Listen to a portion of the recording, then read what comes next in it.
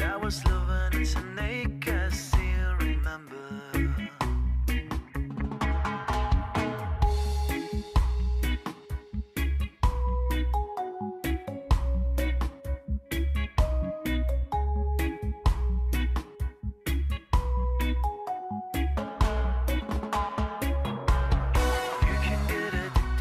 Certain kind of sadness, like resignation to the end, always the end. So when we found that we could not make sense, well, you said that we would still be friends. But I admit that I was glad it was over.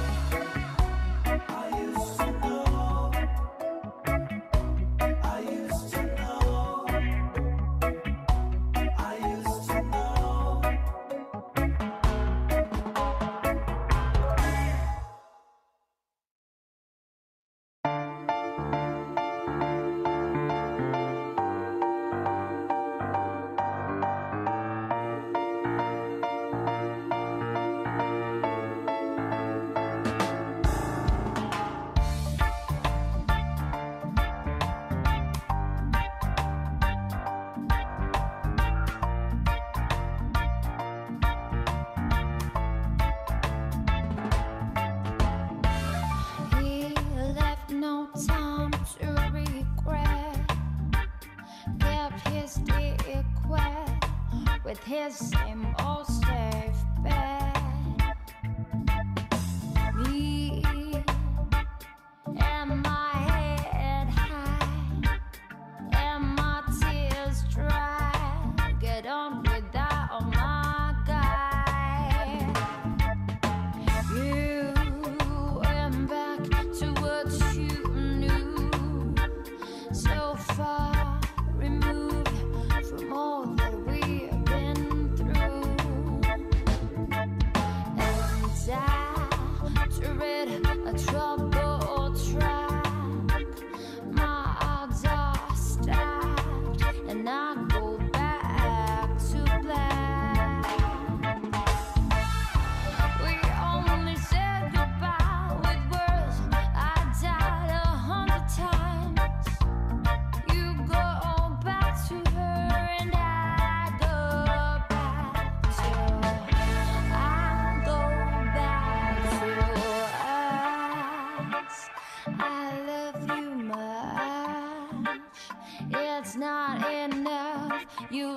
blow, and now I love her. Life is like a pie, and I'm a tiny penny rolling up the walls inside. We only said goodbye with words. I died 100 times. You go back to her and I go back to. We only said goodbye with words. I died 100 times. You go back to her and I go back to.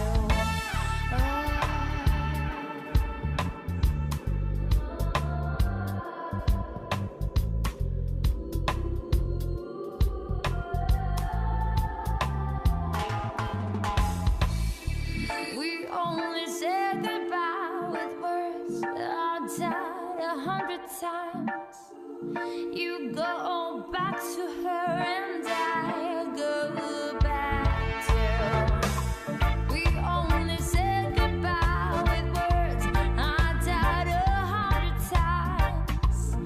You go back to her and I go back to us, to us. Oh, oh, oh, oh. You go back to us.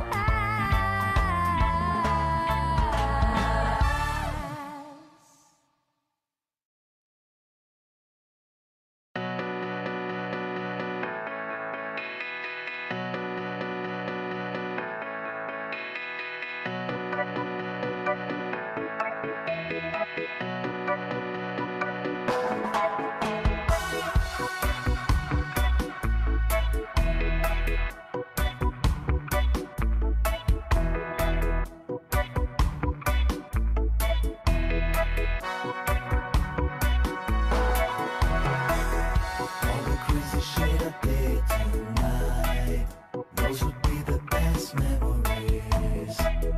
I just wanna let it go for the night. That would be the best therapy for me. All the crazy shit I did tonight, those would be the best memories. I just wanna let it go for the night. That would be the best therapy for me. Hey, hey, yeah, yeah. Hey, hey, yeah, yeah. Hey, hey,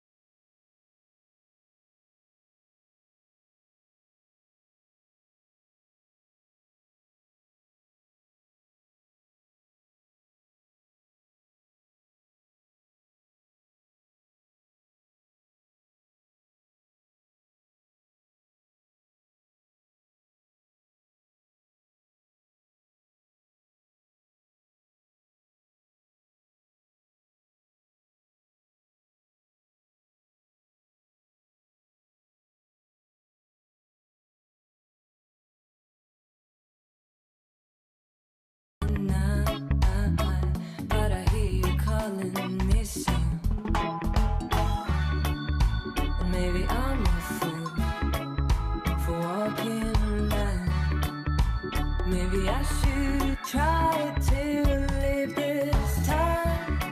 I'm an honest mistake that you made. Did to me too. Oh, did to me. Oh, oh, did to me. Love is just a game, broken all the same, and I will get over you. Love is just a lie, happens all the time. Swear I know this much is true.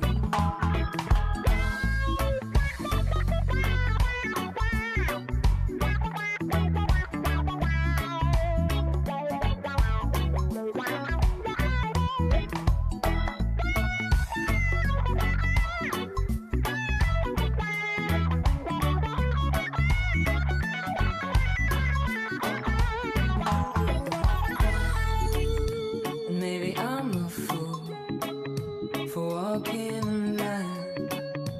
Maybe I should try to leave this time. I'm an honest mistake that you made. Did to me too. Oh, did to me. Oh, oh, did to me. Love is just a game, broken all the same, and I will get over you. Love is just a lie, happens all the time. Swear I know this much is true. Love is just a game, and I will get over you. Love is just a lie. Swear I know this much is true.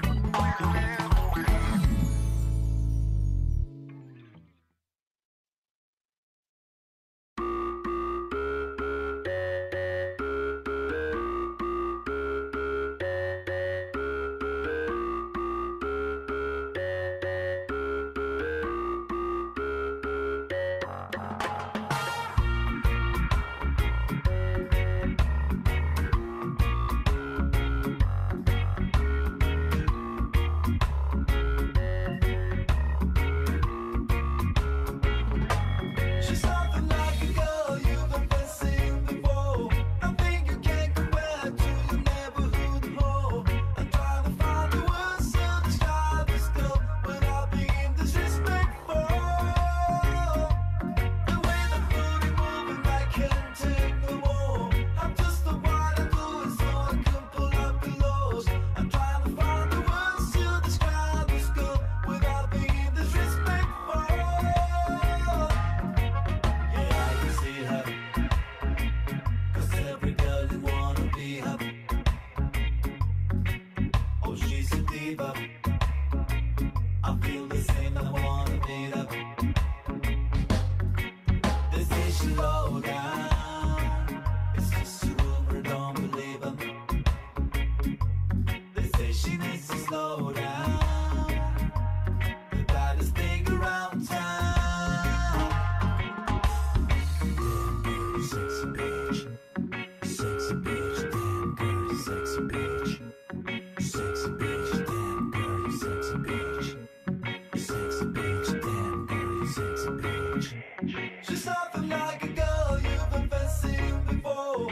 Nothing you can compare to your neighborhood home. I'm trying to find the words to describe this girl without being disrespectful. The way that booty moving, I can't take no more. I'm just the one I do it so I can pull up your lows. I'm trying to find the words to describe this girl without being disrespectful. Damn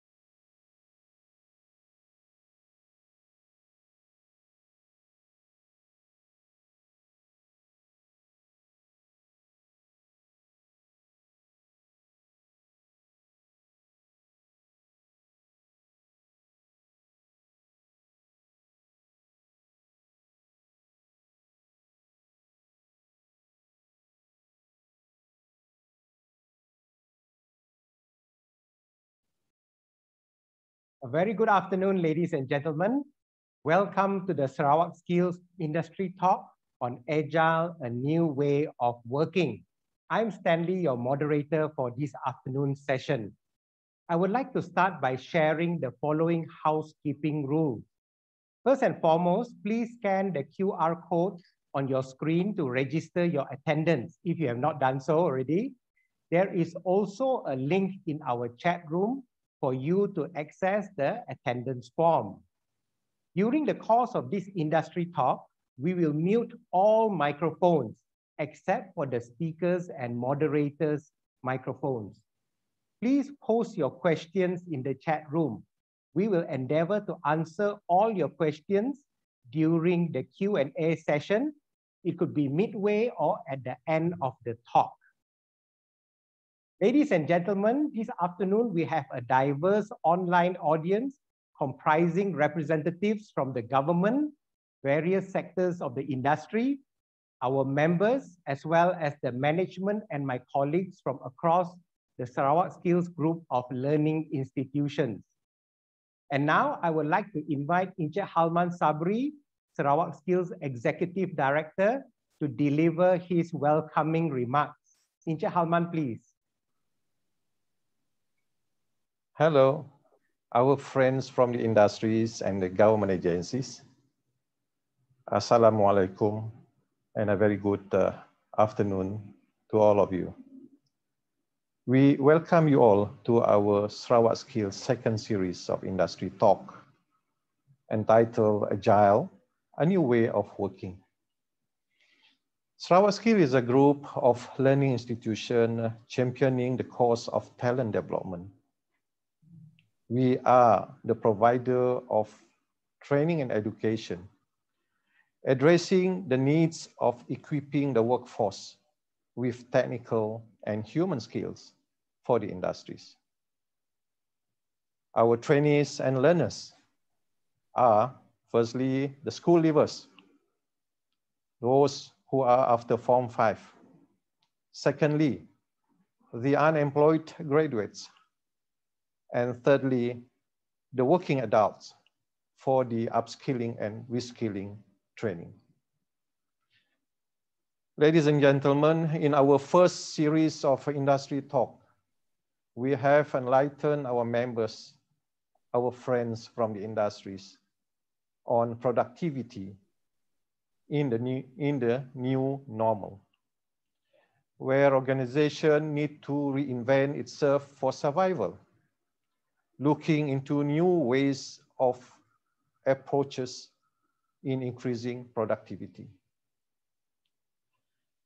And in this second series, we are in the opinion that we need to address our asset, that is our workforce performance and approaches towards their work.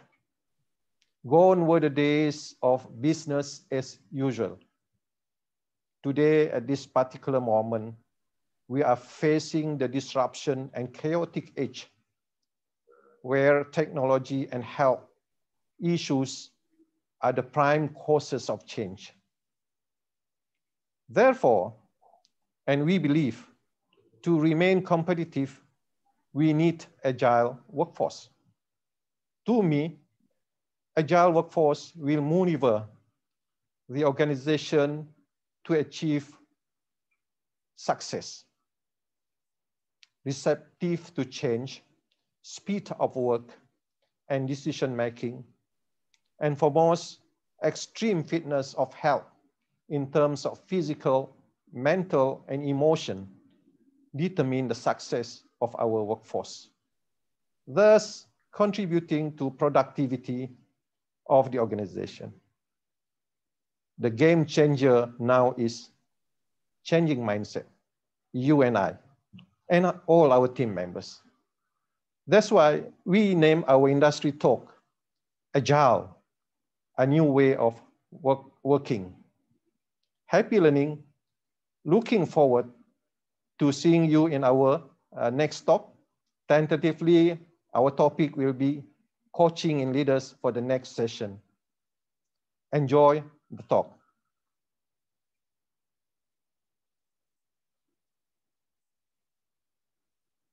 Thank you, Inche Halman, for your welcoming remarks. Yes, indeed, gone are the days of business as usual. Very nicely put by Inche Halman. And we must admit that exciting changes lie ahead for all of us. He also mentioned that we must be receptive to change. Most importantly, we must have a change of mindset. Yeah, so what a start to the industry talk. Before I introduce our speaker for this afternoon, let us take this opportunity to have a group photo. I would like to invite everyone to turn on their cameras, please, so that we can have a nice group photo to cherish this memory of this talk.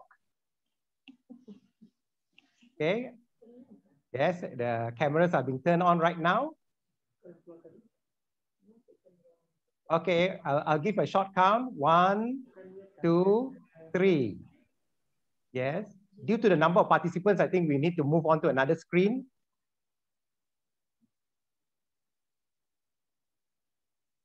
Okay. Okay, we count one more time. We take another one for good measure. 1, 2, 3. Thank you. Thank you so much. Ladies and gentlemen, perhaps the title of this afternoon's industry talk, Agile, a New Way of Working, conjures up images of the need to be flexible, even nimble, to thrive, not just survive, in the age of the new normal. Yes, as highlighted by Inche Halman just now, gone are the days of business as usual. According to our speaker, an agile way of working is where an organization empowers its people to work where, when, and how they choose, with maximum flexibility and minimum constraints. The objective, to optimize performance and to bring out the best in people. On that happy note, I take great pleasure in introducing Mr. Teo Soo Loon, our industry expert as well as speaker for this afternoon's industry talk. By the way, he has asked all of us to call him Loon, so we do away with the formalities. Loon is a certified Scrum Master with 10 years experience as an Agile practitioner as leader. He has successfully transformed teams that are traditionally set up into high-performing Agile teams. He is a keen advocate of Agile thinking and working in an Agile manner in a world that is volatile, uncertain, increasingly chaotic, complex, and ambiguous. In short, VUCA. He has a Bachelor of Science degree in mathematics from the University of Alberta in Canada. He has had an extensive 20-year career in the fast-moving technology industry, and he has more than 10 years in managing a software development organization for a multinational company. Currently, he is also a coach in helping trainers transform their face-to-face training programs into virtual instructor-led training programs that are not only effective but engaging as well.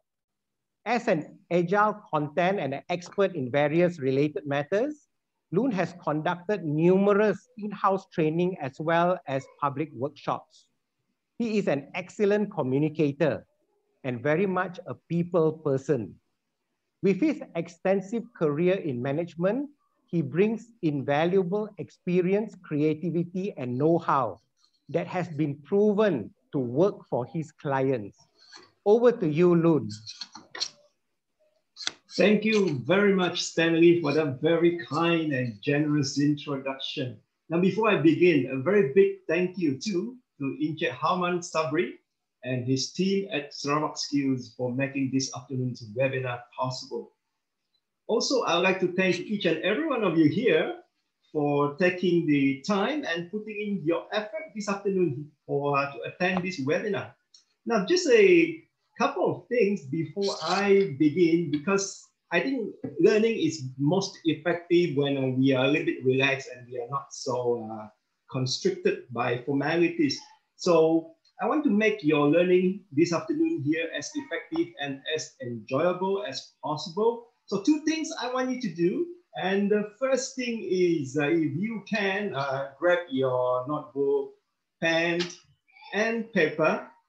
I still believe in the analog way in certain aspects because I want you to jot down ideas. Don't take notes because I believe this webinar will be recorded and made available on YouTube on the website of Sarawak Skills. So what you need to do is write down as I go along with my materials. If an idea strikes you, write down that idea onto your pen or notebook. And the other thing is that the second part is, if you see on your Zoom screen at the bottom on one of the buttons, it's reaction.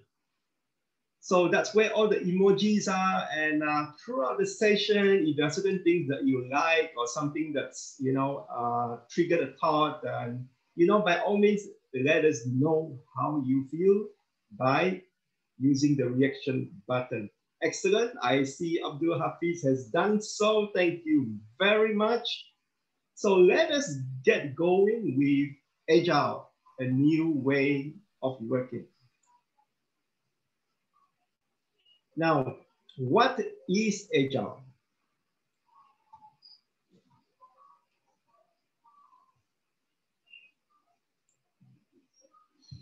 Why don't I hear from you first what Agile is? What comes to your mind when the word Agile is mentioned?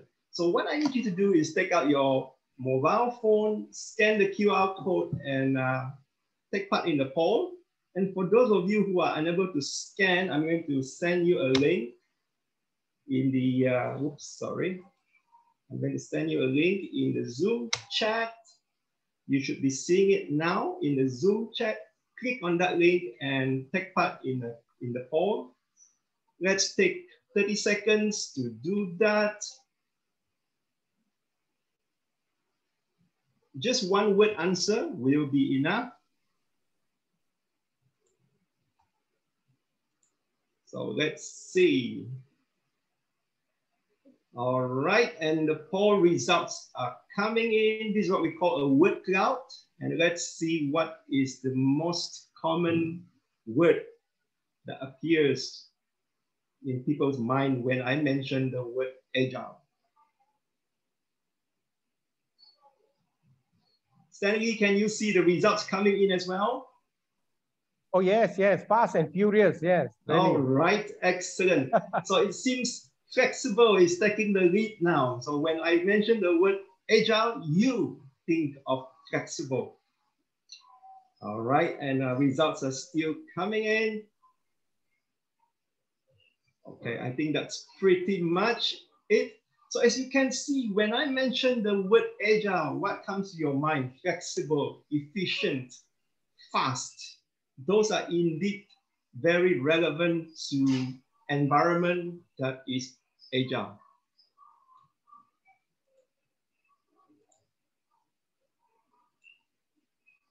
So let's now move on.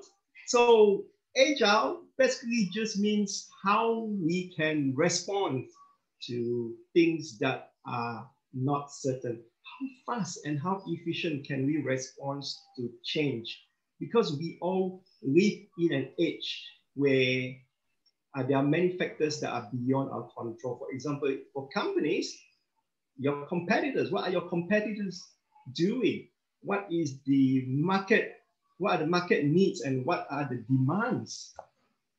So all these are changing all the time. And I think the COVID pandemic just proves the point that things are very uncertain and can change very fast. Now, let us look at perhaps a good way to understand Agile better is to look at how we traditionally work. And in this case, I'm just going to take a traditional project traditional way of managing a project. So I've done this before. In the first few years of my working life, this was what I went through. You know, we have a project and we set a target. This is what we want the project to achieve. This is how it looks like. So we have fancy targets. Then we spend a long time planning, and then we work on it, and then we test it, and then we launch it, hoping that it will hit the target, hoping that the goal would be achieved.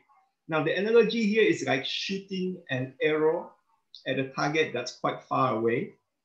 And the moment we release the arrow, we hope it strikes the target. However, there are many things that sometimes beyond our control, and let's say the wind, right? The draft can blow the arrow off course, and that will result in a situation of not hitting the target. So that is very much possible, ladies and gentlemen. And that is a traditional way of working. And that was how I started working when I was way back when I first graduated from university.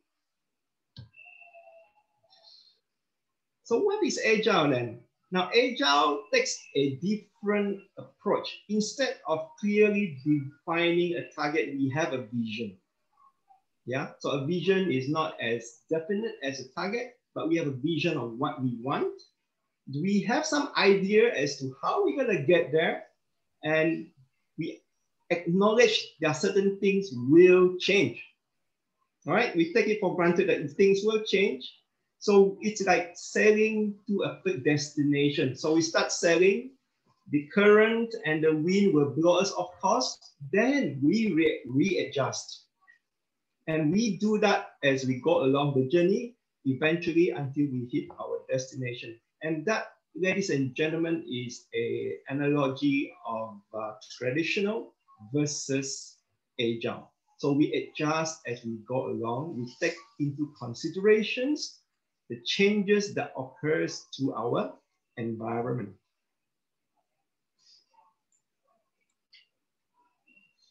So two pictures here. On the left, I think that was actually one of my earliest jobs. That's how it exactly looked like. You know, this one here. I used to sit in a cubicle that's way much taller than I am. I couldn't see who was the person sitting next to me. So I then didn't get to know many people. It was tough working in such an environment. So I had my own goals. I had my own KPIs. So do the person who sat next to me. He or she had his own goals, his own KPIs. We're all doing things on our own, even though we were supposed to achieve similar results or same results for a particular project. So it was more like everyone for himself or herself, and it was not a very successful way to work. And for those of you who do not know, my job was in the software development industry, and it was a disaster. One of the problems that we had was that biggest problem was that because of there's so much individualism here, the focus is on individual KPIs. The end result is I look after my KPI, everyone looks after their own KPI, but the sum is not equal to all the parts, you see. So what happens is that the quality of the software was very much impacted. Customers were not happy, and we couldn't know why there are so much problems with the products, why there are so much complaints from the customers, employees were not happy. So the entire ecosystem wasn't very optimal. Fast forward to Agile. So Agile takes a very different approach. Change is going to be happening regardless of what we do. So we accept that. So as a result, we work in what I call a iterative and short cycle. So for example, a cycle for where I used to work could be about 2 weeks. So we are only responsible for 2 weeks work, and we work together. So people get together. The team itself share a goal, objective. So everyone has the same objective. We keep all the stakeholders informed, right? So sometimes the stakeholders have to come in and help us as well because they also have the same goals. And it was very open. The cubicles were torn down. So I had a cubicle taller than my head, and that became this low, so we could see everyone. It was very open. People could just pull a chair next to me and we started discussing. So it's a very different environment, and that pretty much epitomizes a agile environment where people are free to work with one another, talk, and they all share the same goal as a team. So Agile, for your information, Agile didn't come about the last few years. Agile has been around for at least 20 years, at least, and it was first aggressively adopted by the software development industry. Yeah. So let me clear my drawing. Okay. So it was first adopted by the software developers, and since then, it has grown on to be used by other industries as well. And by the way, almost all the major software developers in the world, like Google, Microsoft, all of them, they have agile values, they have agile mindset in the way they work.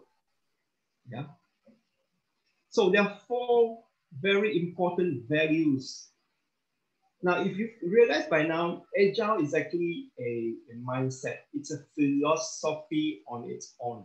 And these 4 values are core to its success. Later on, I'm just going to go into detail here on what each of these values means, or give you more idea on what they can help us.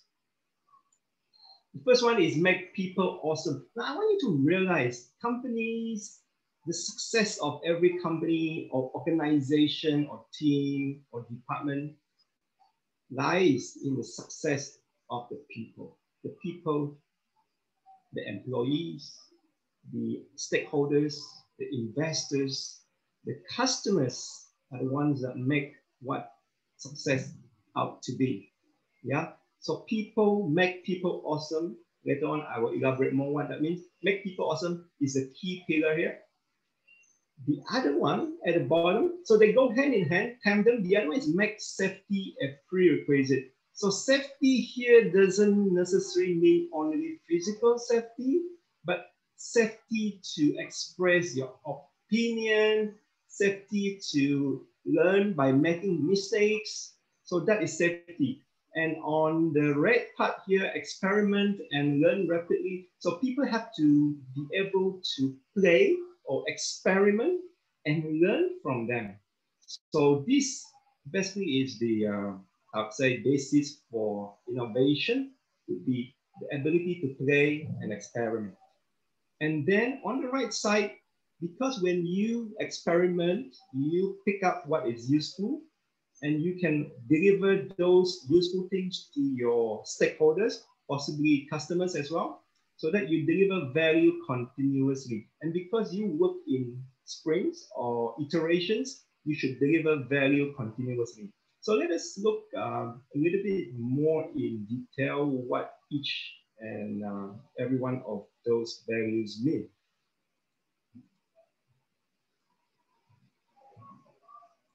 So the first one, make people awesome. All right. So perhaps let me ask the questions. You can enable your chat now. So what do you think a customer is? What is a customer? Can every one of you, please feel free to go to your chat and tell me, what do you think a customer is? Go to your Zoom chat now and tell me what is a customer. Let's see if there's any response. What does a customer mean to you? Anyone? All right, a person who have a desire to deal, okay. So a person who have a desire to deal, that would be a lead, a potential. Yeah, not yet a customer, a potential. Customer's always right. Most of the time, but not all the time. But then we like to make them feel that they are always right. So a user, yes. Okay, someone who pays you, pays your paycheck, all right? Someone who uses your service, someone who's expecting some service or products.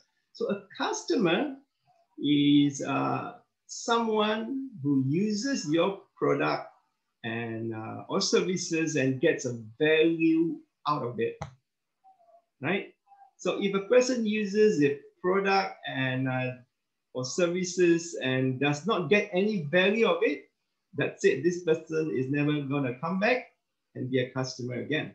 So it's got to have some value. So your offerings have got to have a value.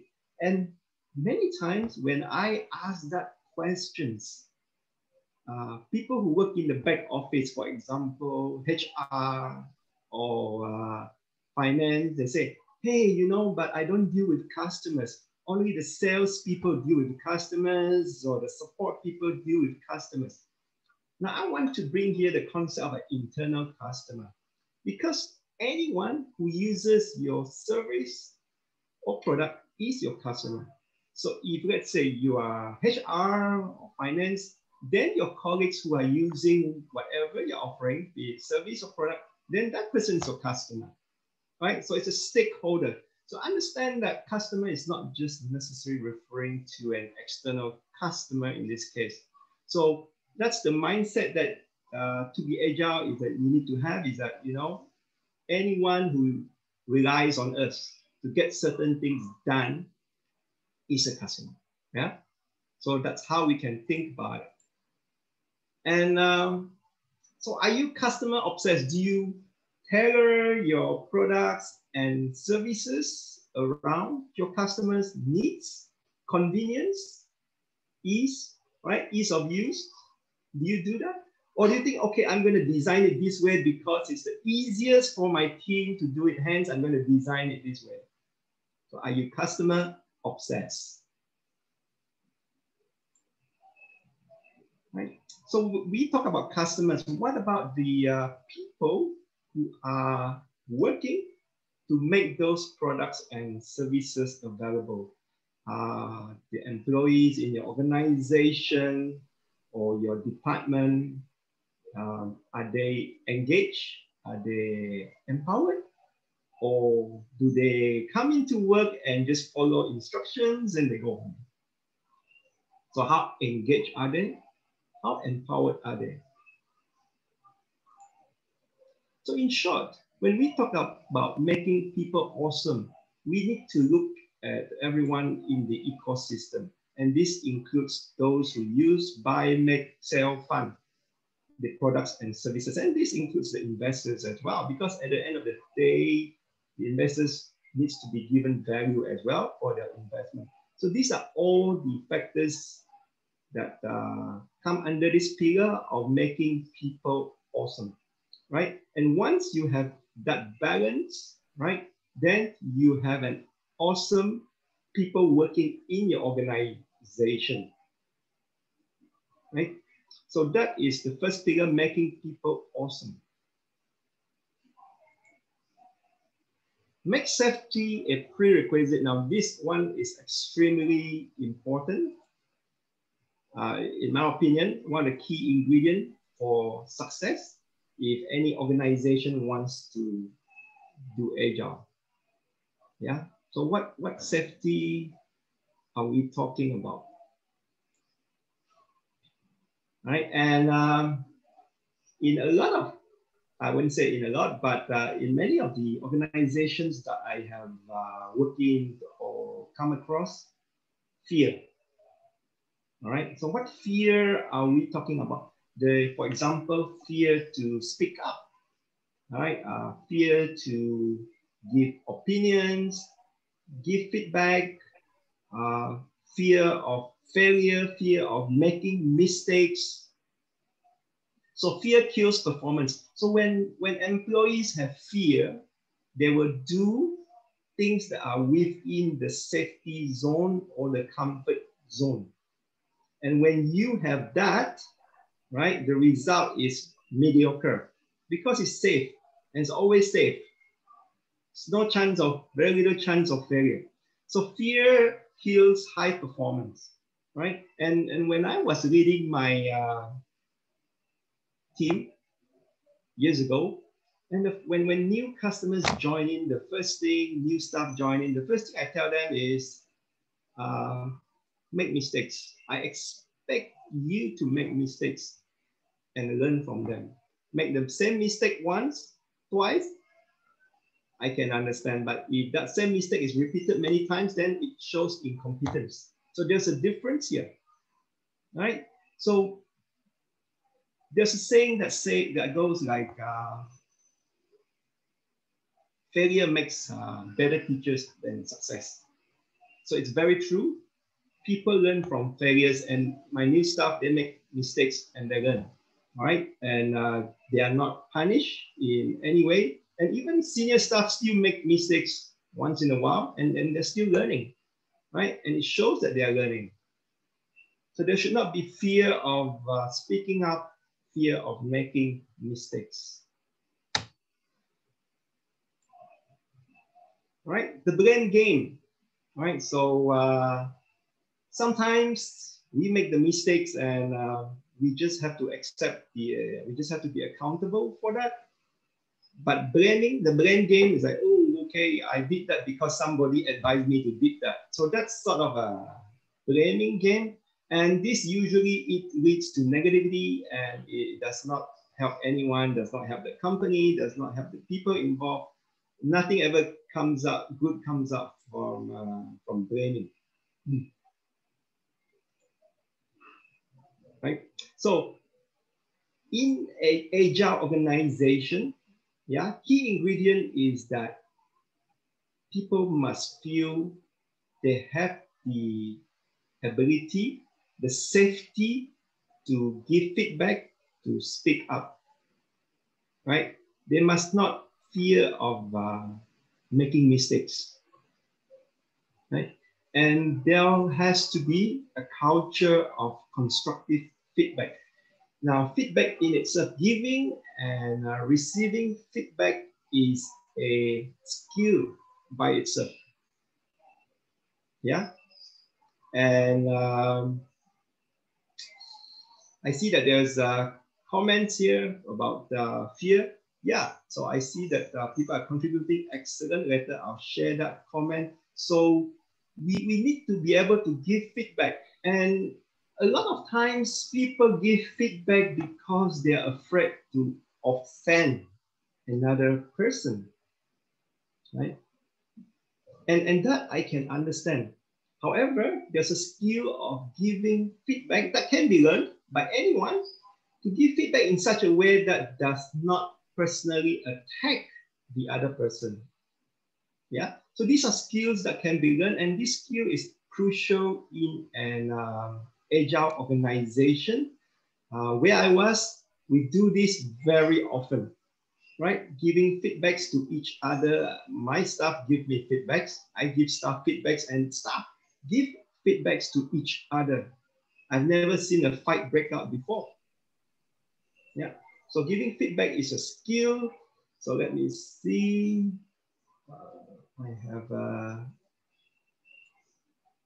yeah, Hafiza says, fear kills performance. This is so true in the context of Malaysian working culture. We have been taught to be polite and not voice out opinions since young. Yeah, so I think when we were young, our parents say, you know, keep quiet and just do your thing, don't talk so much. And that becomes part of us.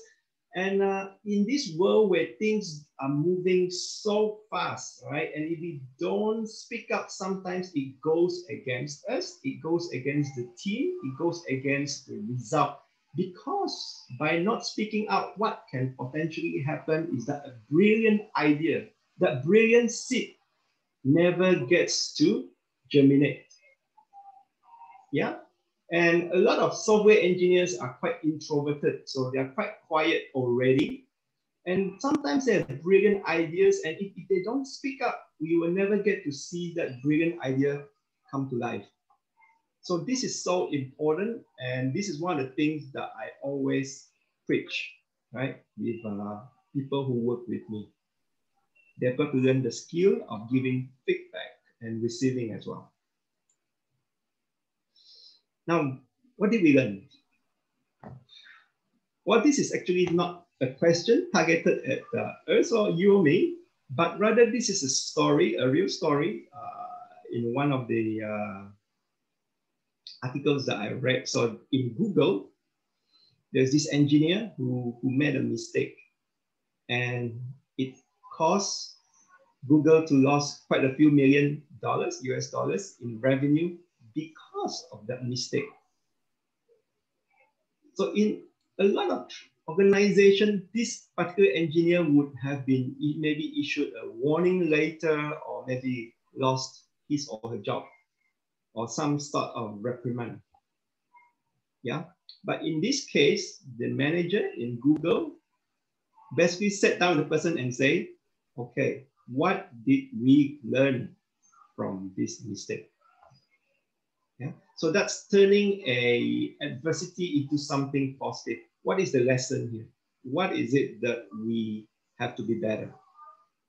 Yeah, and that's the mindset when it comes to Agile, and we talk about safety here. Yeah. The next pillar is about experimentation and rapid learning. So invest in experimentation. How many of your organizations here where you are given, I don't know, maybe an hour or two a week or an hour or two a month just to experiment in improving a product or a service that you are responsible for? You know, anything, just, it does not have to be rolled out to the customer or to the other users, but just find ways to make things better. Does anyone here have that opportunity to do that? That means, you know, the management basically says, you know, you have everyone here, every one of you here have an hour every month to do that. Okay. All right. So I don't see anyone. So this is also something that's very important. You need to have our employees be able to experience, because they are 40 hours a week working on things that they need to deliver. So they know the products, they know the work, they know the service, the procedures very well, right? So then let's give them some time to say, okay, play with the all these products and come up with some ideas that can make the product or service better. Yeah. So from in my last workplace, that is what we do. We invest about 5%, all right, of the capacity for people just to play and experiment, right? And some brilliant ideas come up from those, right? And for those that fail, and most of the experiments will fail or will not see will not get to see implemented, and that's all right. That's all right. It's an investment. Okay. For every 10 ideas, if one is successful, 9 fail, it will still be worth it, because that one idea can have a very high return of investment. We never know. Okay. So we learn, we experiment, right? We learn from failure. Okay. There's this thing called celebrating failures, you know, because if we know what fails, then we know what will not work. Yeah. Yeah. So Zurina says we have a program called Innovation Challenge Program. Excellent. That is good to hear. Yeah. So it encourages innovation, people to do work beyond their actual work scope. So the key here is to fail fast, move on with more experimentation.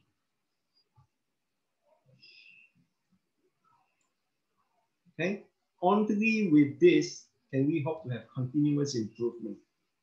All right, not only to the employees, but more to the employer's mindset. So what this does is to the mindset is that we need to go beyond to make things better.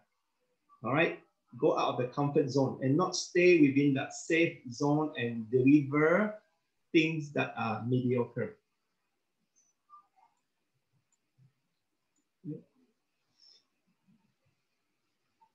Deliver value to stakeholders.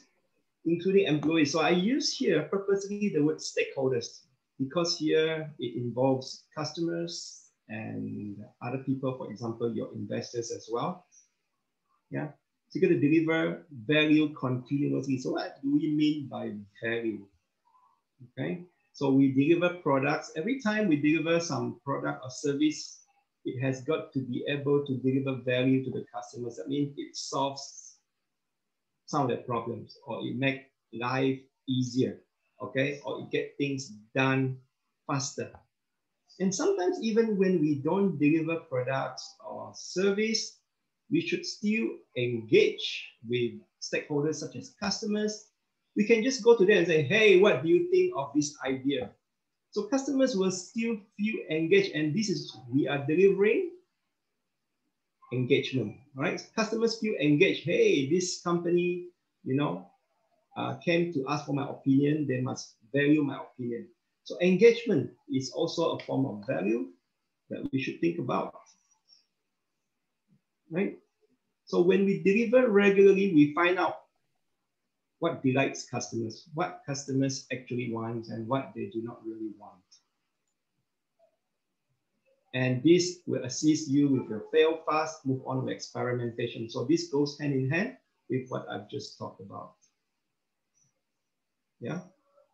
So it's good to see that some of you here, your organizations have bits and pieces of agile practices. That's very encouraging to hear.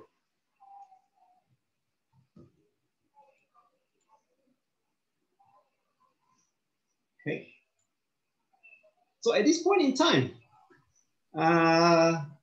perhaps because I decided to do this because I think there's a lot of ideas, tips that were shared.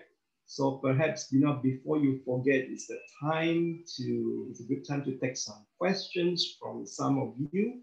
Please feel free to put it in the chat box, or you can just ask anyone questions on what I've just covered. Stanley, do you have any questions so far, or would you rather leave it to the end of the session? We have, in addition to this chat room, of course, we have, I think, received a couple of questions via WhatsApp, probably from across different campuses. Yeah, maybe I'll just pose one question on behalf here. Sure. Okay, it says, it's quite interesting so far what you have covered, but this person is trying to ask this question: what are the major advantage of being agile in today's economic climate? Right. Okay. So the economy, as you all know today, is very uncertain. You know, with this pandemic, it just makes it worse. And the economy is moving very strongly to a digital-based economy. All right. So it's very heavy on technology. And that means things change very fast. Right? So things are going to change very fast. So I mean, before pandemic, I mean, you look at e-commerce, it was there, people were buying. But now with the pandemic, you know, everyone is suffering, but the e-commerce platforms are making a killing, right? Their business actually, you know, doubled, tripled during that time. And these are all changes, and we need to react to this type of changes. Otherwise, it will possibly mean demise of our business, or it could mean we are the next billion-dollar company. So I read somewhere a story of this company. I cannot remember. I think it was in China or something. So this company has a chain of stores in all the malls. They were selling beauty products, you see. And because the pandemic, all these stores could not open, all the employees couldn't work, there were no sales coming in, okay?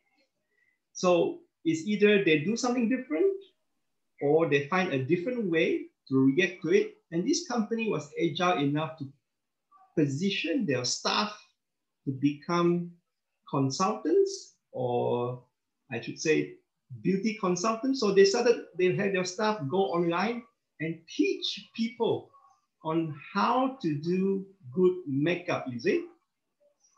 And by using that, turning it from a physical product to a service offering, people could sign up and then they could buy the products digitally online. Okay, so digital shopping. So that move saved this company from going under. And I think that's a good example of why Agile is so crucial in the time that we, in this world that we live in now. Stanley, does that answer the question? And by the way, thanks for that question. That was excellent. Whoever asked. Yeah, so it was forwarded to us by WhatsApp. I think we got a number of questions coming in right now. Yeah. Would you like to take another one, or would you like to leave it for later? Sure, I can take one more.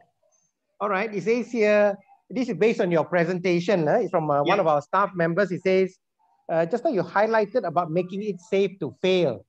Yeah. All right. Granted that big organizations are able to set aside maybe an hour a week for staff members, you know.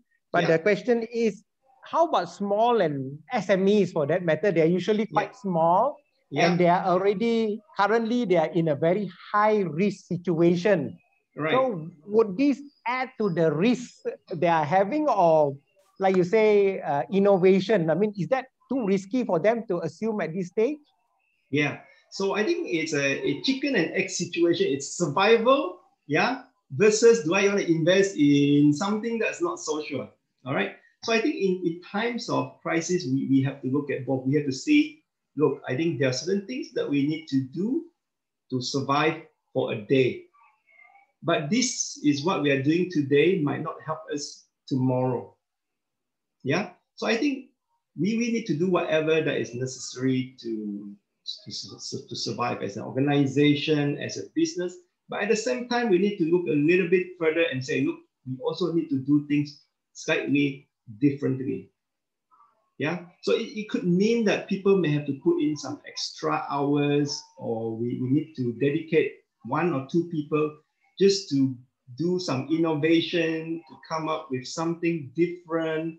You know, this could be the differentiator between success and failure for a company. Because innovation, I mean, cannot go wrong with innovation. Every time you try to make something better, it's when you hit the right idea, and the right execution, it's going to benefit tremendously in the longer run. So I would say, by all means, if you can find some ways to innovate, it does not have to be earth-shattering. Sometimes it can just be a small tweak, right? Look for quick wins, small changes that can make big differences, or some small changes that can make some differences, because it would still mean a lot, right, to the company in terms of revenue at the end of the day. All right. Yeah. Thanks, Loon. Thanks. Okay. Thanks, Stanley. So I'm just gonna go on to the next section. So why Agile? All right. What's?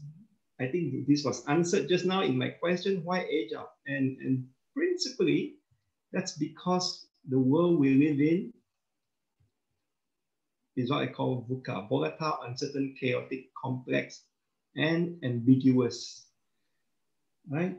We cannot shoot an arrow and hoping that the wind will not blow, okay? Or that the target will not move, right? You can be sure targets will move, the wind's gonna blow the arrow off course, right? So it's a matter of adapting to change and reacting to those. I think that's the million-dollar question. Next is, how can I be agile? So what does an agile organization work? Okay. Now this is an analogy of agile. So if you look at my slides here, yeah. So instead of designing a car, right? In this case, it's just a car, right? So instead of designing it, and then we spend lots of months building it, and then some more months testing it, and then roll it out, and only to find that, hey, customers are not interested in this type of car. Okay, so that's more of a traditional way of doing things. And in the Agile way, what we can do is we identify what I call a minimum viable product, MVP. Yeah, minimum viable product or service. You roll that out. It does not have to be the entire world. It could be a small group of customers or people who can give you feedback. So you roll out. So in this case, is the diagram number one that it goes out. You get feedback from people who use that product or service. Okay. And with that feedback, you come up with number two, version 2. All right. You roll again, get feedback. Okay. And these feedbacks could be people, or it could be the environment. For example, what competitors are doing. Okay. Or what technologies are out there. Yeah. For example, maybe there's technology to make the tire even stronger or better. So you might want to consider that. So every stage of delivering something different, you engage those feedbacks. You put feedbacks into your the way you work. So all this you see is it goes on an iteration, okay, a cycle, and until eventually you hit your target or your vision of what you actually want to make available to your customers. And that is an analogy of how Agile works. So it works with number one, iteration. You work in iteration, and iteration can be 2 weeks, 4 weeks.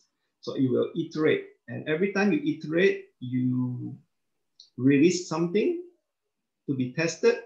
And then with the feedback, it is used for the next iteration or future iterations. So that's how Agile works. Now I'm going to share with you something called Scrum, because if you realize by now, Agile, as I mentioned, is a mindset, is a philosophy. It does not prescribe an exact way of working, and there are many methods of achieving Agile, right? And one of it is what we call Scrum, of which I am certified. It's one of the most popular ones. And there's Kanban as well. There is design thinking and other methods, right? So Kanban, I think, is quite popular as well. I have some knowledge in that area as well. So let's have a bird's eye view of an Agile way of working. So as you can see on in the diagram here, you have a list of work, okay, things that needs to be done.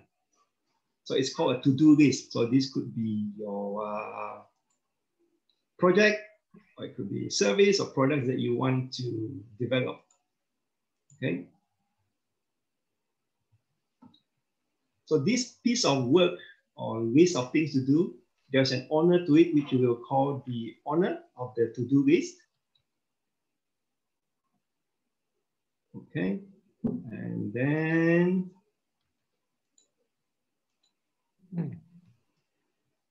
besides the owner, there is going to be a team, right? So this could be you, team, there's a team leader in it,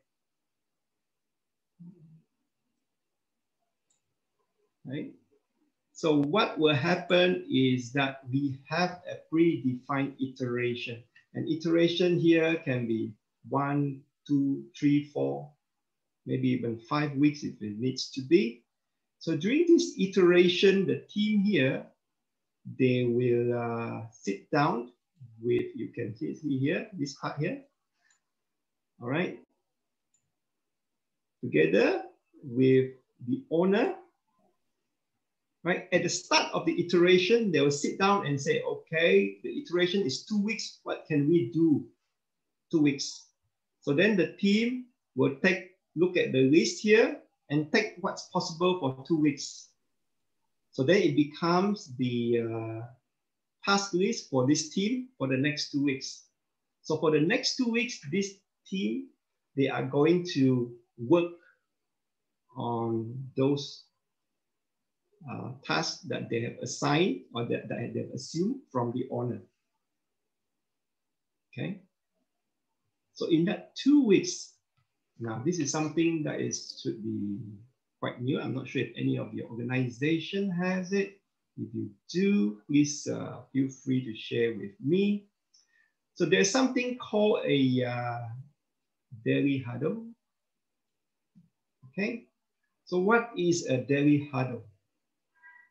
A daily huddle is a very short meeting, 5 to 15 minutes long. And what happens is that the team, the same team here, they will gather around in a circle and usually standing up, not sitting down, because when we sit down, we tend to talk a lot. Yeah.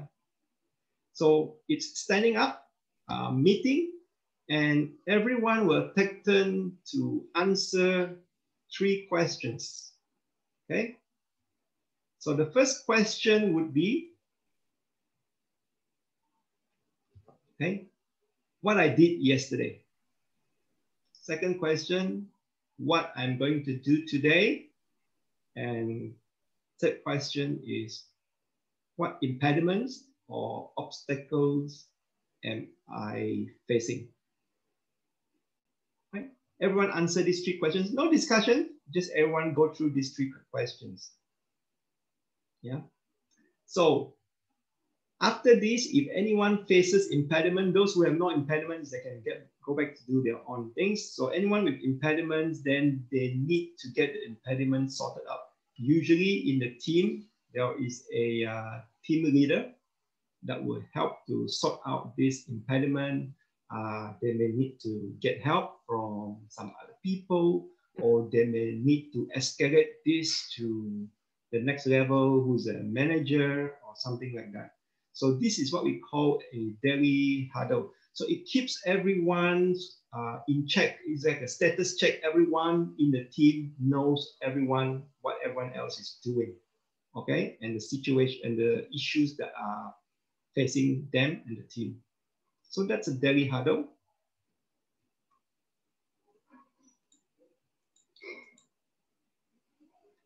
So this is how they work for the entire iteration. So let's assume the iteration is 2 weeks. So the daily huddles happens for 2 weeks. And after 2 weeks, on the last day, they have to deliver their work, you see. So when they deliver that, so this is a piece of the work that they have delivered here. Oops. This, assuming it's a product. So this is what they have delivered. They have manufactured. This is what they have done. This outcome of 2 weeks worth of work. So the team will again now sit down with the owner. And the owner will review, okay, based on the task or the job that you assume, I will test to see, make sure the outcome meets my requirement, meets my satisfaction. So you see the owner here is playing the role of a quality control. I give the team, I tell the team what needs to be done. And when it is completed, I come in and check the results. Okay. And in this meeting is called the review meeting. All right. So the product owner reviews the work of the team. 2 things can happen here. Number 1, the owner says, hey, this is good result. You know, I'm very satisfied. It goes beyond my expectation. I will accept it. So they will accept. Or number 2, the outcome does not meet my expectation, or it is not working the way it should be. All right. Hence, this piece of work is rejected. So once it is rejected, the owner then decides, okay, the task is not completed. It goes back to the to-do list here. And I can reprioritize. I can put it for the next iteration or a future iteration. Okay. So this is also a very important aspect of this way of working. Now, here at this review meeting, this is what that's very powerful. At this meeting, okay, review, the product owner can invite the customer, okay, or other stakeholders, come in and say, hey, you know, this is the work we have done. Does it meet your expectation? Okay, so if you see it this way, 2 weeks work, all right? If it does not meet expectation, you lost at most 2 weeks worth of work. Instead of you build the entire product, you design, make it and then test it, which is maybe several months long. And then later when the customer say, hey, that's not what I want, you pretty much wasted a few months worth of work. Here, failure, the cost of failure is much smaller compared to traditional way of working. All right, so review is where you can engage your customers at this point in time. Now, after the review,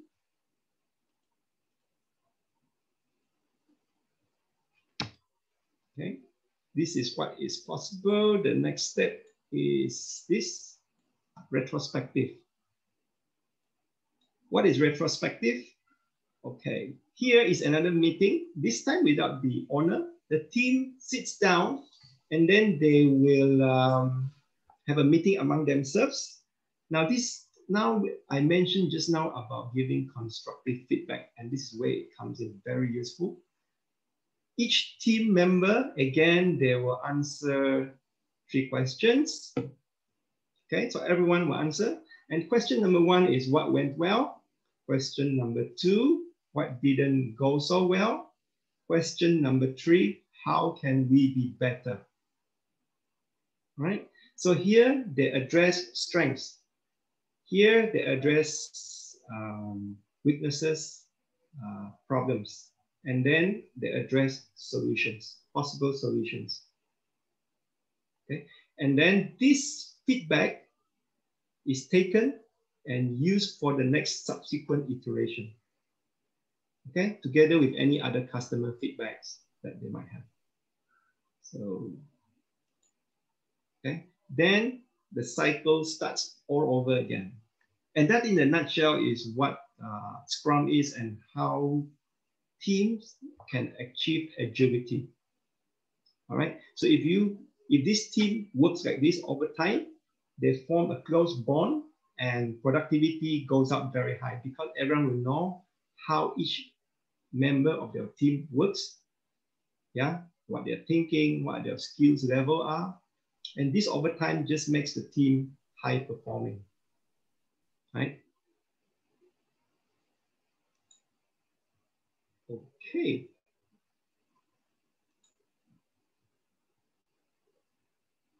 And that in the nutshell is what Scrum is and how it makes Agile come to life, you see. I'll be happy to take questions at this point because I think that was a very heavy topic. It's probably a lot of information for some of you. I'll be happy to take questions if you have. Okay, Loon, yeah, just like to make a short announcement to all the participants, because I know some people, when they ask questions, they're posting it directly. I mean, not to everyone, You know, so maybe they prefer it to be directly to us, to the administrators. So perhaps I would like to, there's one question about that Scrum, because in the introduction, I made some reference to you as a Scrum Master.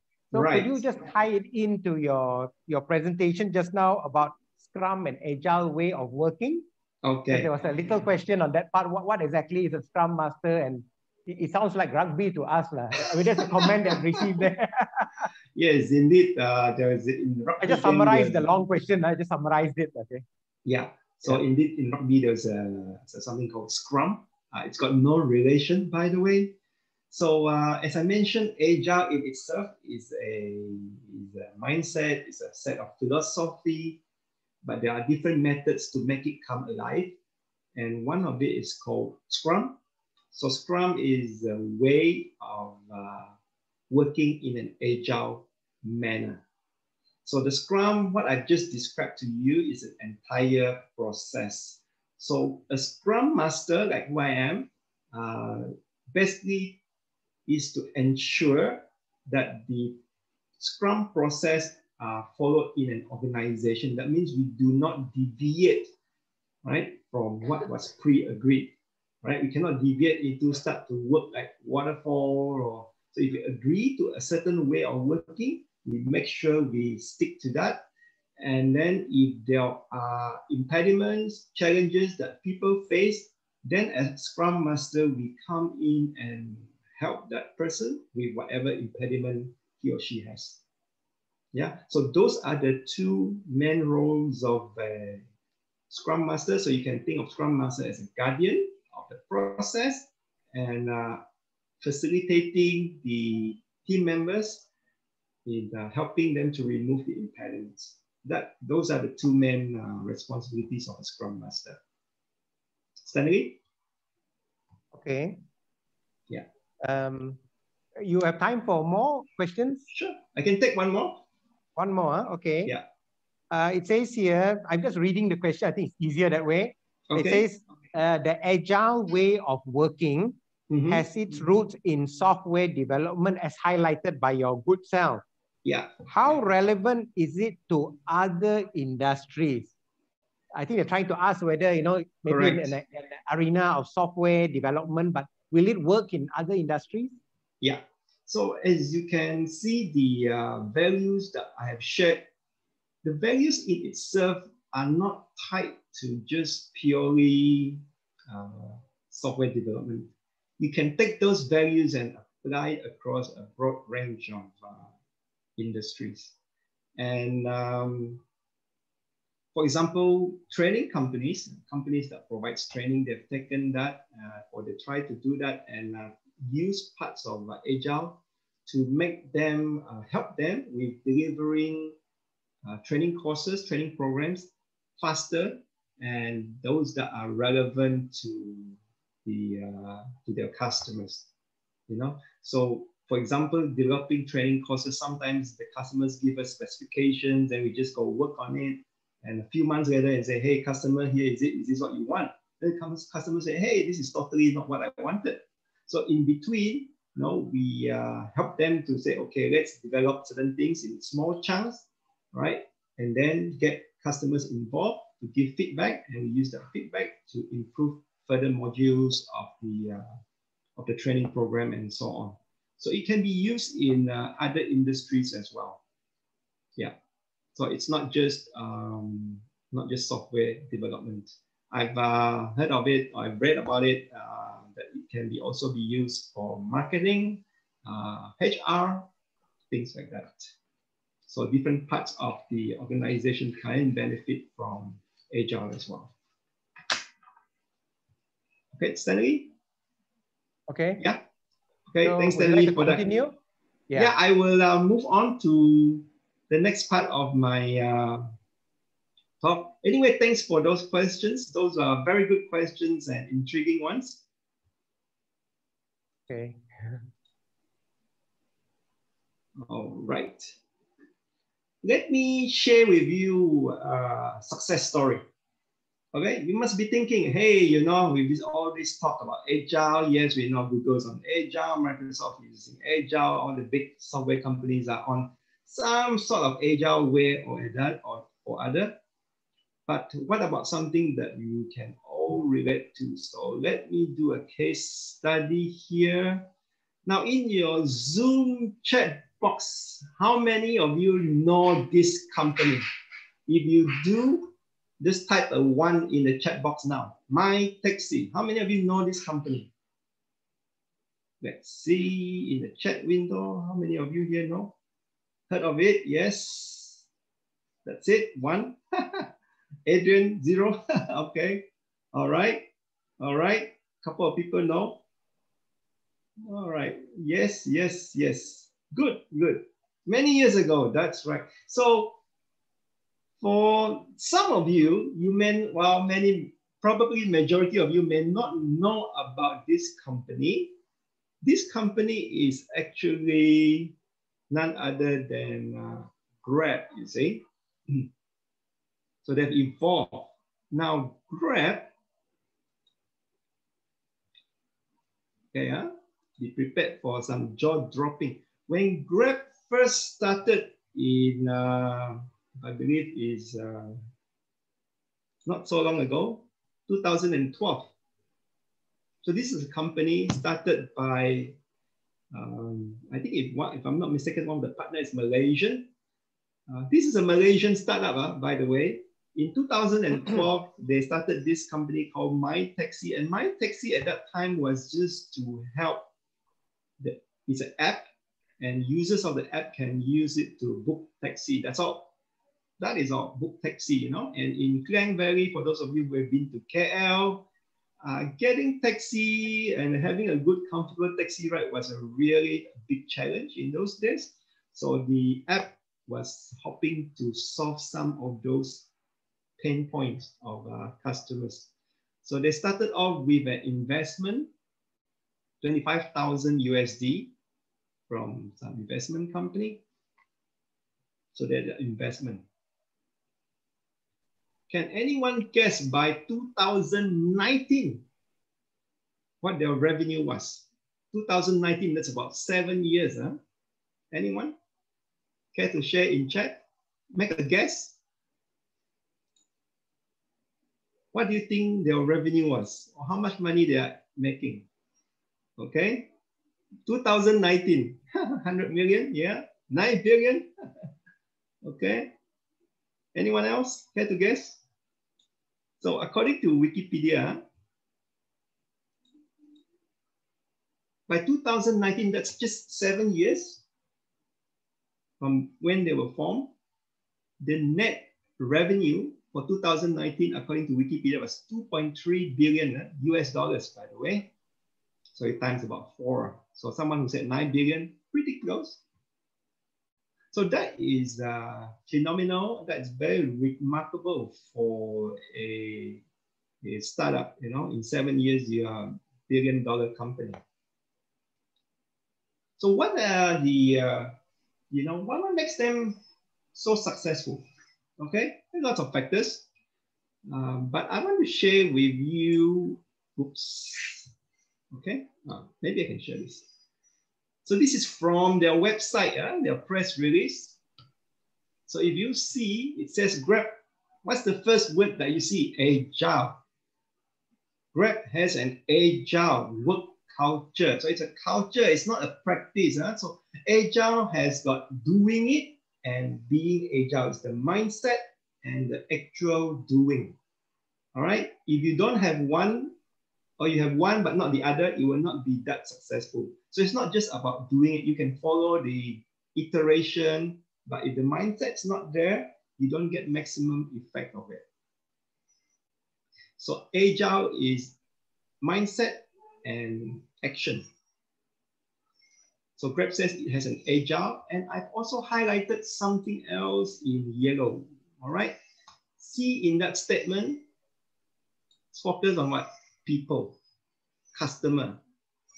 customer-focused company, improve people's life.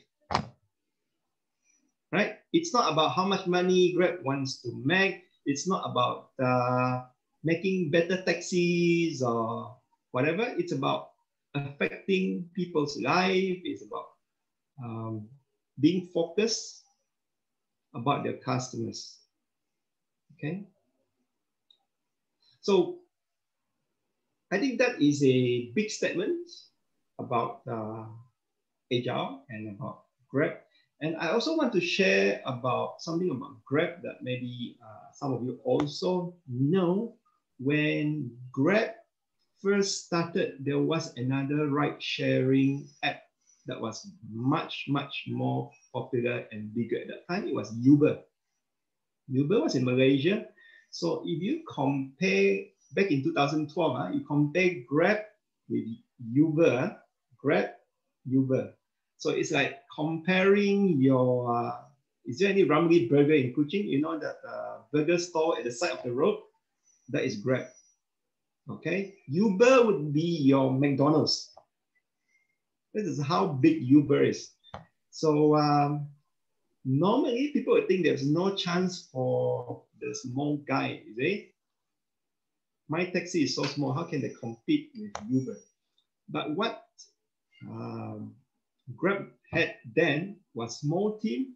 Now small teams tends to be more agile.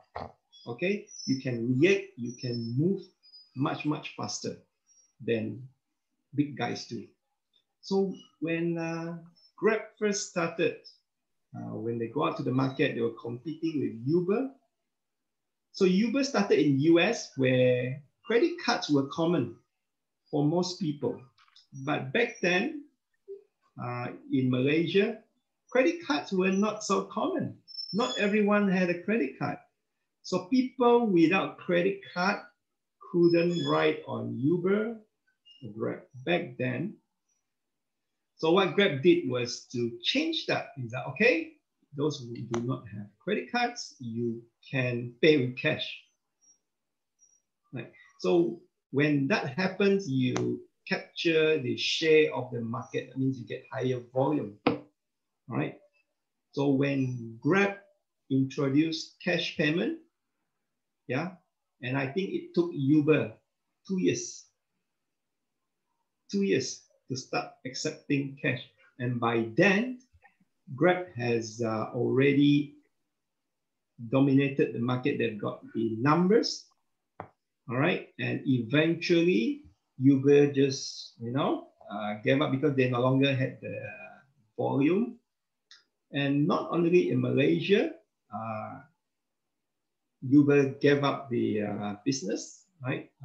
They say, okay, here, Grab, you can have it. It's also in the Southeast Asia region, not in Malaysia. So Uber pretty much pulled out of Southeast Asia where Grab was present. So I think that's a very strong point about how important it is to be agile. It can make or break in some cases for organizations. Yeah. So that actually concludes. Let me see. Okay. Yeah. So that pretty much concludes my case study about Grab. And unfortunately, Grab, as a Malaysian startup, they moved to Singapore for business reasons. So they're now known as a Singaporean company. But it has its roots in Malaysia. Okay. So let us now take some time for question and answers. Feel free to drop them in the chat box. Yeah. Yeah, someone says, yeah, Uber acquired by Grab. So basically Uber withdrew operations from Southeast Asia. And in return, they got a small share in Grab. Okay. Yeah. So the slide will not be made available, but rather the video recording will be made available by the team at Sarawak Skills. Correct me if I'm wrong, Stanley. So Abdul Hafiz, thank you very much for that questions. You can get the video recording on YouTube. Okay. Yes, that's true, everyone. After this session, we will quickly post up the recording for today's session. That will be available on our website. If you go to our website, there's a video gallery. And of course, it's linked to the YouTube, our YouTube channel. Yeah, excellent. We still have quite a number of questions, actually. So would you like to field a couple of questions at this stage? Excellent, sure. Thumbs up, huh? Okay, good. All right, there's one question here. It refers to your presentation just now when you spoke about the Scrum again. Yeah. It says, would Agile be useful in building high-performing teams? And would it foster team cohesiveness? Yeah. Okay. Sort of, maybe can you share based on your experience? Correct. Okay. Thank you, Stanley. That was a very good question because this is something that holds dear to me, because when I was there, that was what that's how we used to work. So in a Scrum team over time, like I said, the dynamics within the team improve, you see. So everyone knows everyone else in the team. They understand each other's strengths and not so strong points. The character, they knew each and every one of their character. So it's a very strong team that's built over time. And one of the things is that when the team knows that they have a goal to achieve together, right? One of the things that come about from that is that teamwork will improve, okay? I see that my teammate is struggling in an area and the deadline is coming soon. It just makes sense that if we want to achieve it as a team, we go and help that person. Because remember at the review session, the owner is just going to say, yes, I accept, or no, I reject. That's it. Nothing, you know, wishy-washy about it. So the team succeeds as a team and fails as a team. And they take accountability for it because they're accountable for their own work, right? And that is the sort of environment that they thrive in. They give feedbacks, they help each other improve. And that is the basis that for forming a high-performing team. You give it time, that's the end result of it. And as the Scrum Master and also in management, my role there is basically to make them their engineers. I help to make them be better engineers, right? So I don't really have to go in and give my command, hey, do this, do that. The team by itself knows what they have to do. From the beginning of the sprint, of the iteration, they already assume the work that they want to do. So what they want to do is clear to them, they take and run with it. And obstacles they face, they solve it. If they cannot solve it, I come in. So that is the basis of forming a high-performance team. And indeed, yeah, Agile and Scrum can help you to do that. All right. Yeah, Loon, yeah, it looks like it has the ingredients of fostering high-performing teams as well as team cohesiveness, right? Yes, indeed. Right. Yes. Yeah. Of course, we have still a number of questions. Loon, yeah. Would you be continuing your presentation or? This is the Q&A session, so this will be the last Q&A session. So yeah, I'll take all the questions. Yeah. All right, all right. So we'll go through one by one. Because they're coming, so I'll just whoever came first, huh? Yeah, sure. Yeah, here is it says it sounds interesting. Mm-hmm. Yeah, agile management, but I would like to find out whether agile management is here to stay or is it a passing fad? Right, right. Yeah, that's also intriguing questions. Well, as I mentioned earlier, Agile has been around for quite about 20 years. At least it didn't just pop up overnight. And as long as the world that we live in is uncertain, Agile has its place and time. Yeah. So I think Agile will not go away anytime soon. Just as waterfall has been around for a long time, yeah, it still has its place in time. But Agile, the spotlight is on Agile now, and even more so because of this pandemic, everyone is looking to see how they are able to work in a situation where it's so volatile and unpredictable. So Agile is here to stay for another long time to come, I suppose. Yeah, I'm pretty sure about that. Okay, Loon, I think there's a question in the chat room about design. Is it design thinking? Yeah. Okay. Design thinking. Well, I'm not an expert at design thinking. However, I do know a little bit about it. It's the other way around. So design thinking, in my opinion, yeah, is a lighter version of Scrum, right? But it does subscribe to the ideals or the principles or the values of Agile. Yeah. So in my opinion, I think Scrum is a little bit more complete than design thinking. But either way, if you're on design thinking, it's already a good way to go on the Agile track. So no right or wrong way, but what your organization needs and what works for your organization is what that matters most. For some organization, design thinking is already good enough. Well done. Okay. Yeah. So sometimes, you know, these different systems, there might be some overlap. Maybe they even complement each other. Huh? Yeah, that's right. That's right. Yeah. All right. Another one is, okay, all that is well and good. I think Agile thinking is, I think, quite clearly presented here, Loon. But it says here, has the Agile way of working caught on in Sarawak or Malaysia as a whole? Right. I think Malaysia has been a little bit slow, but having said that, there are quite a lot of companies, especially the software development companies, they have adopted Agile.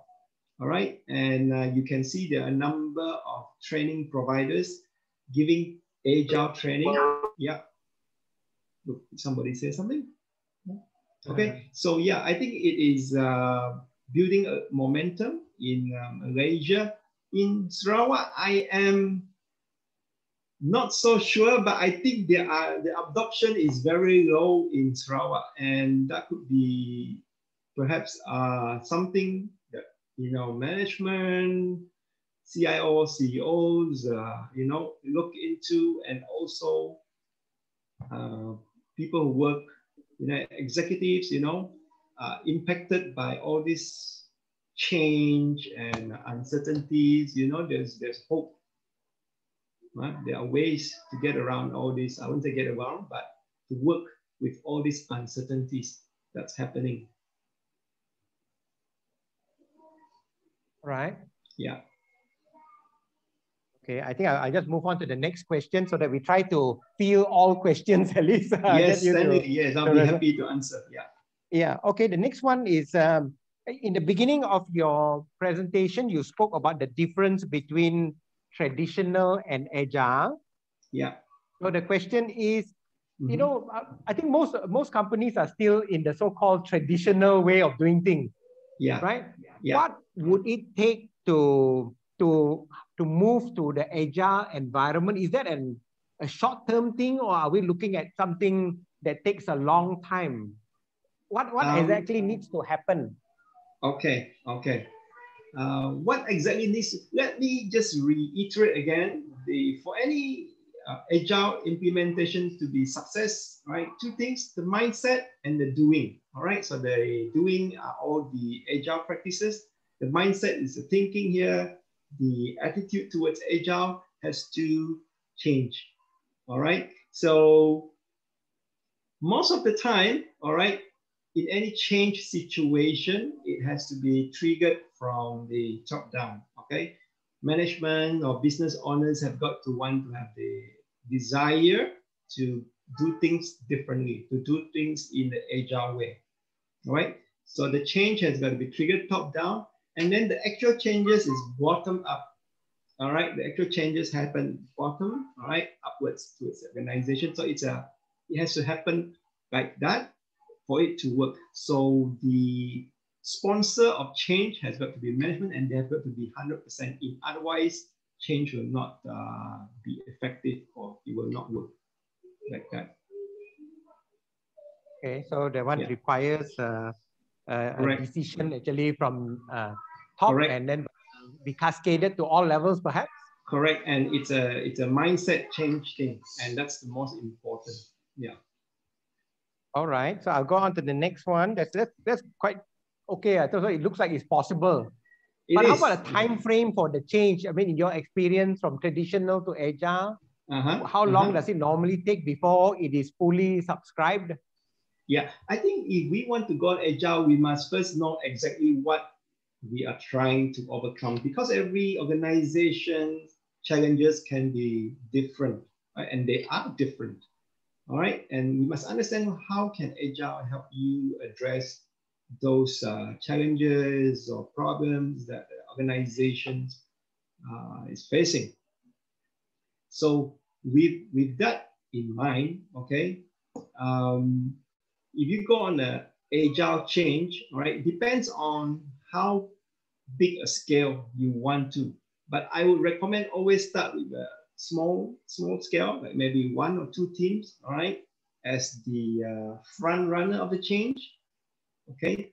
And then you see how well these 1 or 2 teams do, how they perform, and how they can help you solve some of the problems, and you can scale that change across the entire organization.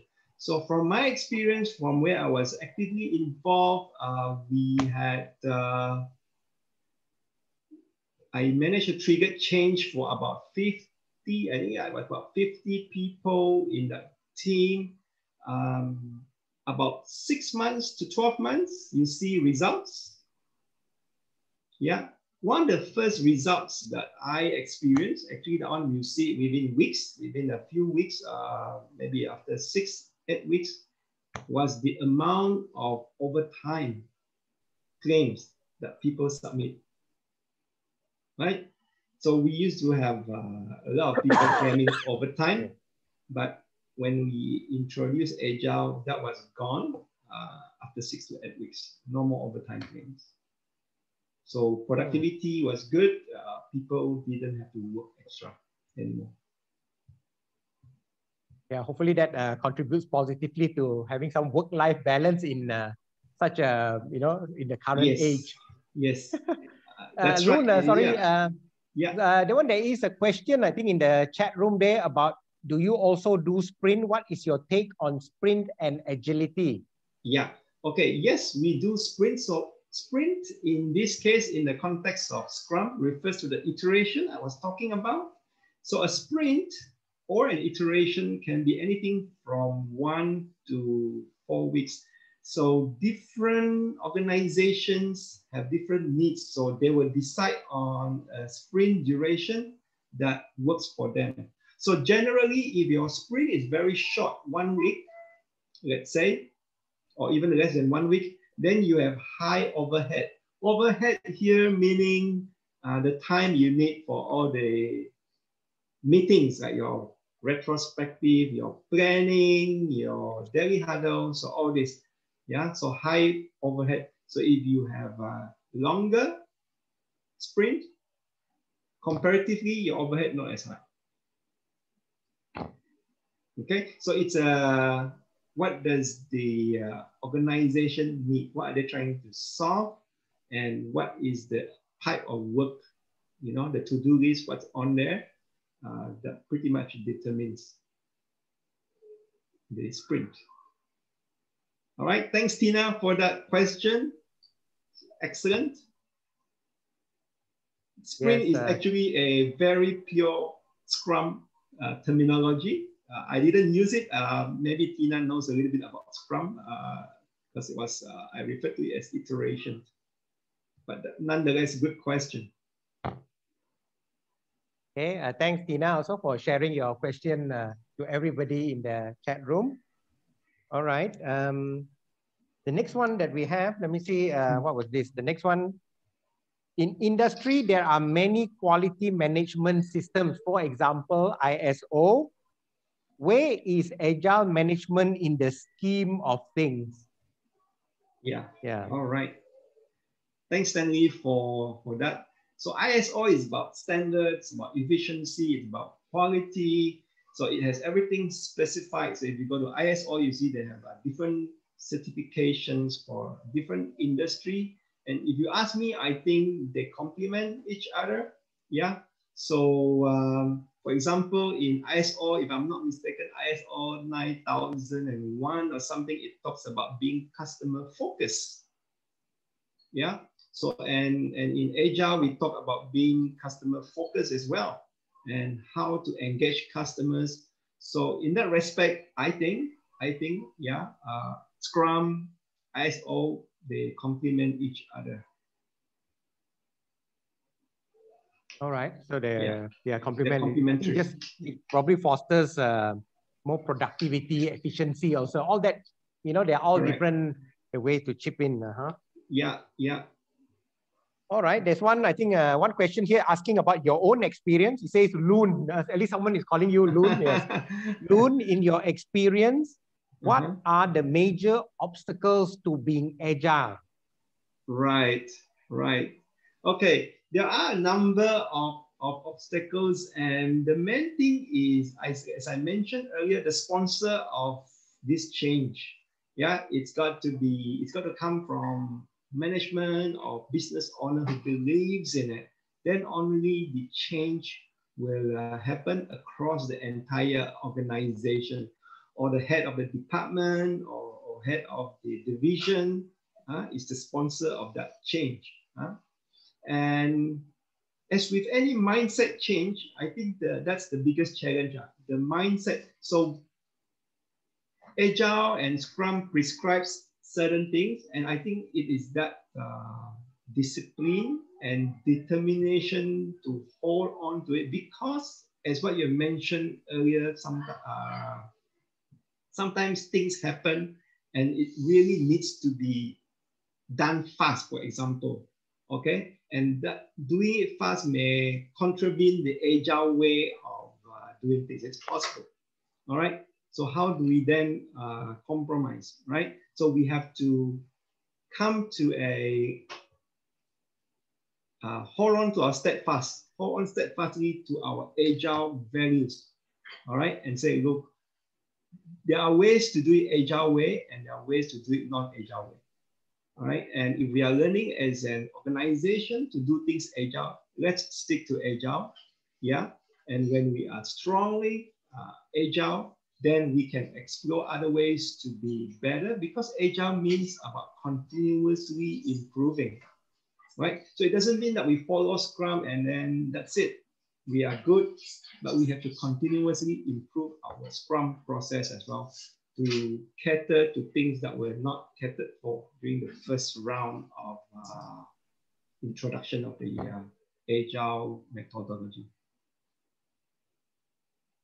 Yeah, so the mindset and the holding on to the Agile values, the principles, I think that's what is tough.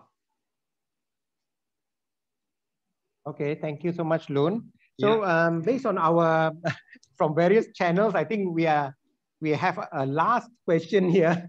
Sure. All right, so the time is about 3:57, so I think we are almost there as well.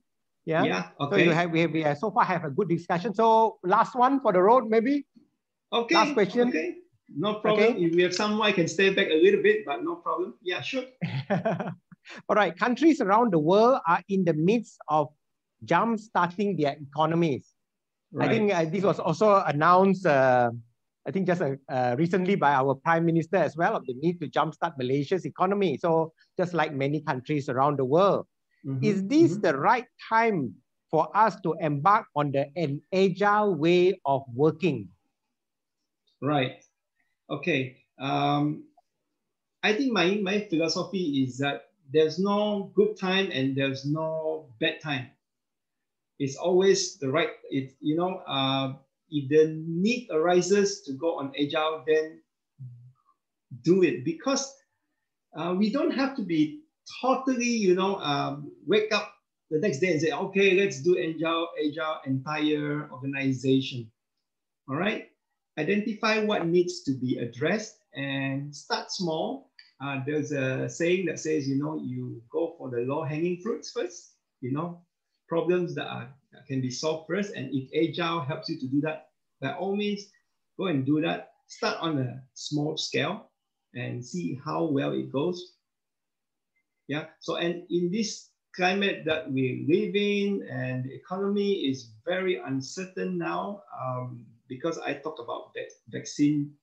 I think I did talk about vaccine, right? Vaccine is coming out, but does it solve the problem? I don't think so, because after the vaccination, people still have to do social distancing and they have to wear masks. And does it solve the problem? Maybe not. For another 1-2 years, things are going to be as uncertain as they are certain. So yeah, and that is something that companies have to look into, is how they can go agile. Okay. Yeah. Yeah. All right. So Loon, I think it's time for me to do just a very quick wrap up. But before that, would you like to have some concluding remarks, being our subject matter expert today? Sure. Thank you. So there will no be other question, or there's something on the chat about evaluation form. Maybe later, Stanley, you can address that about the evaluation form.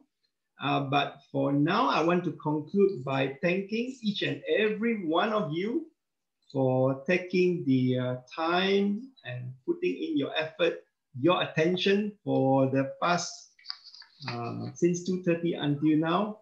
Thank you very much. And I want to give a big thanks to Stanley, Linda, and the rest of the team at Sarawak Skills.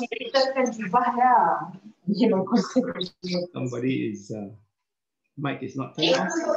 So Stanley and Linda and the rest of the team at Sarawak Skills, thank you very much for the opportunity. And if there's any mistakes I make, my most humble apologies. And thank you very much. Terima kasih. Back to you, Stanley. Thank you very much, Loon. Yeah, that was really a very insightful talk this afternoon. Yeah, indeed, your fresh insights and perspectives will go a long way to facilitate the ongoing initiatives by the industries to analyze the state of things through new lenses. I think today what you have done is given us some new lenses to us to look at things from a different way or different perspective. And perhaps for the industries, that is another way on how to boost their ongoing initiatives to navigate through various uncertainties, like you mentioned, VUCA just now, brought about the COVID-19 pandemic. Yeah, so I think everyone from this afternoon's talk, we have come to different, maybe there are some key takeaways. Allow me to share just a couple. Number one, I think shared by both Encik Halman and also Loon here, that there must be a change of mindset. All right. Sure, the current environment is very challenging. Just now we heard about VUCA, lots of challenges, uncertainties and all that. But, you know, there must be hope for a better future. And it's true, the future can only be better. So what do we need to do? For example, through agile management, we need to, perhaps now is the time to implement agile, the agile way of working. Something that really touched me is the daily stand-up meetings. You know, the first thing that came to my mind is, hey, that is good for health as well, right? Not only for brainstorming, but, you know, maybe we all need to move around a bit and stand up more instead of just sitting in our seats the whole day. And that the time for to be, I think Loon highlighted about retrospective, right? Yeah, I think that is so important that we need to, you know, sometimes in the rush in our daily lives and work, you know, we tend to, you know, just go on from one target to the next, but maybe it's timely as well, according to Loon, that we must stop and smell the roses and reflect on what has happened. Through reflection, perhaps we can even chart a brighter future. Yeah. So on that note, we like to thank everyone for coming. Yeah. Before we conclude, we would like everyone to scan the QR code. I'm not sure whether it's on your screen, but definitely it is in the chat room. There is it is the evaluation form. So please complete the evaluation form. We welcome your feedback. All right. So I think you can see this. It's on your screen right now. The code. Yeah. Or you can go through in the chat room. It is also there. Yeah. So we will keep our line open for a few moments for you to complete your evaluation form. Yeah. So we in closing, I'd like to thank everyone here so much for your support and presence, of course. And we look forward to your continued support at future events. And to Loon, thank you so much. We will keep in touch definitely. And any of you would like to continue this conversation with Loon or with us at Sarawak Skills, we are just a phone call away or an email away. Just contact us and we'll be happy to work together with you for the betterment, not only of your organization, but for the betterment of the populace. Thank you very much and have a very good evening.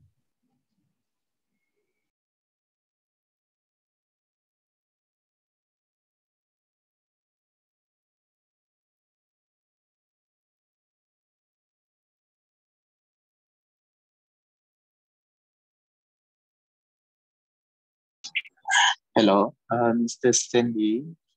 The evaluation form cannot be filled in because they said cannot fill in more than one response per column, but we did it correctly, but it seemed like cannot be submitted. Can you please double check? Thank you. Okay, we apologize for this slight difficulty. Maybe what we can do is that we will email the evaluation form to all participants as a backup plan. Okay, thank you, Mr. Stanley. Yeah, you're welcome. Thank you for bringing that to our attention.